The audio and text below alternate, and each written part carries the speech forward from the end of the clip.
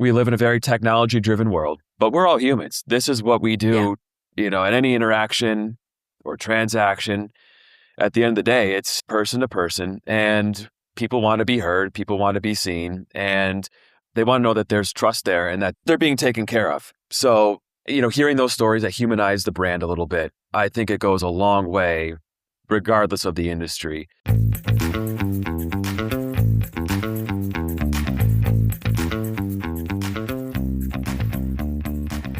Welcome back to The Rock Pod. It is produced for the Royal Oak, Michigan Chamber of Commerce. I am John Gay from JAG Podcast Productions. Excited to have Michael Fossano with us from Premier Communications Group. Mike, welcome to the podcast. Hi, John. Glad to be here. Thank you very much. All right, before we talk shop, you told me this offline. I've got to ask you about this. The avid gardener, you make your own sauces, jams, jellies. Like, what's going on here? I do. So I've always been into gardening, especially vegetable gardening, but also floral too.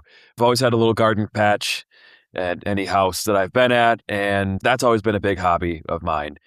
I'm hoping that our weather starts to turn here soon so I can start to think like that again here, think spring. Tell me about the jams. What kind of flavors? During COVID, I think like a lot of people, I said, okay, I need to get a new hobby here. I grow vegetables. Let's figure out how to do more things with them. So I bought a water bath canner and just started to go after it. So yeah, I use my own tomatoes. I'll use canned tomatoes too to make it. But I do my own sauces, my own jams. Have fun with it. I like to make strawberry jam, mixed berry jam, peach, a lot of different varieties. People seem to like it. So it's fun, keeps me busy, especially during the winter months. I could see you at farmers markets in your retirement down the road after things wind down with the main gig, right? Absolutely. Yeah, you'll find me a little booth over there. It'll be fun. Perfect. All right, let's get down to business. Premier Communications Group, founded in 1982 by your dad. So coming up on 44 years now, tell us about how the company came together and what it is you do. So yes, it was started by my father, Randy, 1982. This March will be our 44th anniversary, as you noted. We started off a graphic design firm. That was my dad's background on the art side, and slowly evolved over time and developed into, I guess, what you would call today we call ourselves as a full-service marketing communications agency. We have a little bit of everything. We're still a small shop, which we love, but we have the capacity to take on a lot of different kind of work, projects, clients. A lot of our clients come from different backgrounds and industries, from automotive to healthcare to insurance and real estate, everything in between. And we do a little bit of everything, like I said, from graphic design, copywriting, branding, brand development, social media, public relations, branded items, event marketing. Not much that we can't do, and there really isn't much that we haven't touched in our 44 years. And so you mentioned the wide range of industries. Obviously, being here, you're going to work in automotive, but I know you have clients that aren't local as well. You've got kind of a big footprint, right? We do. Yes, we do. And we kind of like it that way. Big local push as we try to be here. But yes, working with clients all over the country and, like I said, different industries, and kind of keeps things fresh and interesting here as well. I kind of find that too in my podcast production business where, I'll work with a nutritionist one minute and then I'm working with a life coach another minute and then a financial advisor. I think that kind of keeps it fresh to be dabbling in different subject areas. It does. And that's one thing I tell our team a lot is, there's a lot of great agencies out there that do a lot of great work. Some of them have more singular focus in the industries that they deal with. They may just do automotive clients. They may just work with healthcare clients, and that's great. For us, I kind of have that same approach where, it keeps things fresh, keeps things interesting. Yes, there's a little bit of a learning curve sometimes when we have new clients and we're digging in. We're becoming experts maybe in fields that we didn't expect, but it keeps things fresh and makes every day a little bit more fun. So the interesting thing to me about marketing and communications is how fast things change. You mentioned the company being founded in 1982 when I was 1.5. If you had said in 1982, social media, AI, ChatGPT, nobody would have had a clue what you were talking about. So how do you adapt as these new technologies sort of come into focus and in vogue? You're right. The technology has increasingly continues to play a big role. Certainly in recent years, it's even more of a cascading effect, I think.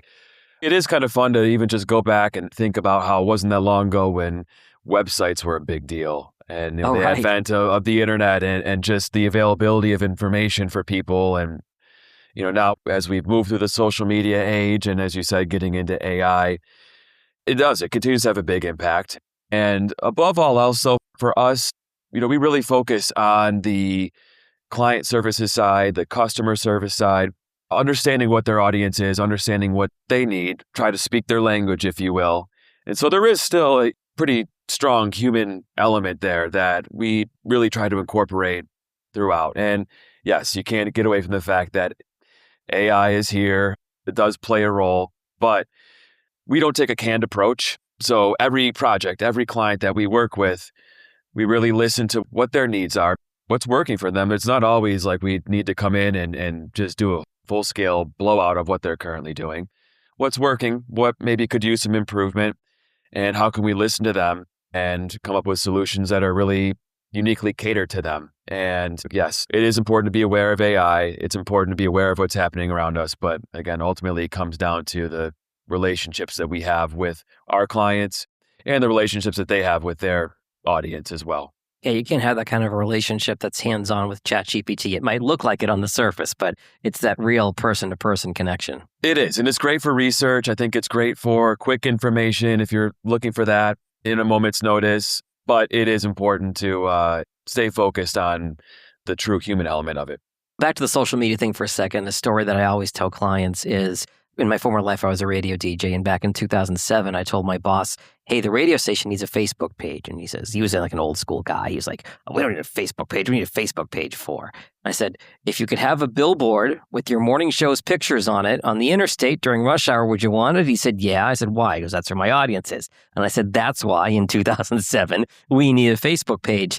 And I can imagine it's the whole fish where the fish are thing. With some of your clients, it's figuring out where their audience is, whether they're on Facebook or Instagram or TikTok or X. I feel like that's probably part of your discovery process with these clients. Absolutely. And every client's a little bit different. A lot of our clients just happen to be a little bit more maybe on the B2B side, if you will, business to business. Mm-hmm. Some we do have that are consumer facing. But again, the type of work, projects, and materials that we put together for each of those is a little bit different. So as you mentioned, social media, Facebook might be more appropriate for some of our clients that are in the hospitality space, maybe not as much for those that are in the industrial materials arena. And maybe that's more LinkedIn if they're trying to recruit more or, have a certain targeted messaging. So it is important to be aware of that, but take a little bit more of a tactical approach as well. So if somebody comes to you, Mike, and says, I'm a business owner, I'm struggling, I need help with my marketing. What are the sort of onboarding questions you would ask a client? What are the things you would try to learn about their business to help you formulate a plan for them? Personally, I really enjoy getting invested in the history of not just their company, but what brought them into that particular industry or the field. What are their interests? What unique nuggets and information along the way? Because I think that we get so used to just in our everyday lives, whether it's working life, personal, whatever, everybody's busy. We have a lot going on and our schedules are packed. It's easy to kind of get tunnel vision and just focus on looking at what you need to accomplish for that day or for the week and then not really looking back.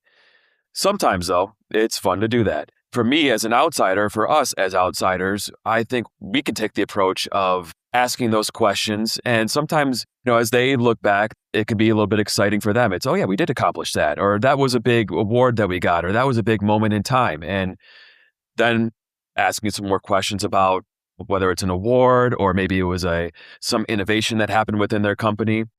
Something that we can pull that really is a unique story in itself. That maybe, to them, it was just a part of their business. But if we can take that, polish it up, turn it into blog posts or do a news release about it or go on a podcast and tell the story. A lot of it comes down to, as I said, we live in a very technology-driven world, but we're all humans. This is what we do, at any interaction or transaction. At the end of the day, it's person to person and people want to be heard, people want to be seen, and they want to know that there's trust there and that they're being taken care of. So, hearing those stories that humanize the brand a little bit, I think it goes a long way, regardless of the industry. We have some clients that have been in their space as a family-owned business for 80 plus years as automotive supplier, or Sure. another case over 100 years in the insurance space for a specialty line. There's a lot of history there. There's fun artifacts that we can pull out. There's a lot that we can bring. And also it establishes credibility with their audience. Hey, we've been here for a long time. We're not going anywhere. We know what we're doing. And we've been successful, or we've gotten to this point because of you, because of our members, because of our customers, and we appreciate you. I think really the crux of what you're saying is that the key to marketing is that human connection and not just stats on a page or algorithms or anything like that. It's really that connecting with other people and through a lot of times through stories. Absolutely. And I think that that's one thing. I guess maybe it's a little bit me personally too, but I would venture to guess that others out there, you can kind of suss out things that are a little bit more robotic, or if you're being sent an automated email and, maybe it piques your interest, maybe it doesn't. But if somebody takes the time to give a call back to something that you brought up in a previous conversation, or maybe it's a birthday or an anniversary, and it's something that's a little bit more specialized for you, you'll remember it and you'll feel special. Absolutely. So I know that you've been in Royal Oak almost the company's entire existence. How long have you been involved with the Royal Oak Chamber? Oh gosh, it's been probably 30 plus years, I would say. Awesome. At least. Might have to go back into the archives on that one. But we've been proud members for a very long time. We've sponsored events throughout the years. We continue to. We've even worked and collaborated with the chamber throughout the years on design work for various events, even the logo. We helped with that rebrand a few years ago. Awesome. And so, we've been proud members for a very long time. And, as I said, we've been in Royal Oak for the majority of our existence. And I was raised here, went to high school at Dondero. My family still lives here. I still live here. So we have a lot of roots in the city. Thrilled to hear it. All right. And now I'm going to switch gears for a second and ask you our fishbowl question of the day. We ask you a totally random question. So let me pull one out of here. Let's go. All right. Know you're a big Detroit sports guy, all the Detroit teams. In a perfect world, if you could play for Tigers, Wings, Lions, Pistons, who would it have been? Oh, man, that's a tough question. I played all the sports pretty much. I guess I didn't really play hockey growing up, but still was a huge fan. But I played a lot of sports growing up. Huge fan, as you mentioned. I think I'd have to go with the Tigers on that one. I grew up, again, big baseball fan, still am. I think we got a pretty good shot this year. I love the moves that we made, and I love the new jerseys, by the way, that they've come out with. So I know that that'll be throughout the year. Will be, a lot of exposure with that. My dad was a huge baseball fan, huge Tigers fan. Starting when I was 6 years old, we started to go on a trip every year, and we visited every ballpark. So you did it. You got to all of them. Yeah, we got through them all. And so baseball's been a big part of my life. As I said, it was passed down through my dad, a lot of memories with him. So I'd go with the Tigers on that one. That'd be cool. Step up at the plate at Comerica, and maybe I can get like an infield single. I'll just stick with that, What a storybook it would be for Verlander to come back here and win one. Wouldn't that be something? So cool.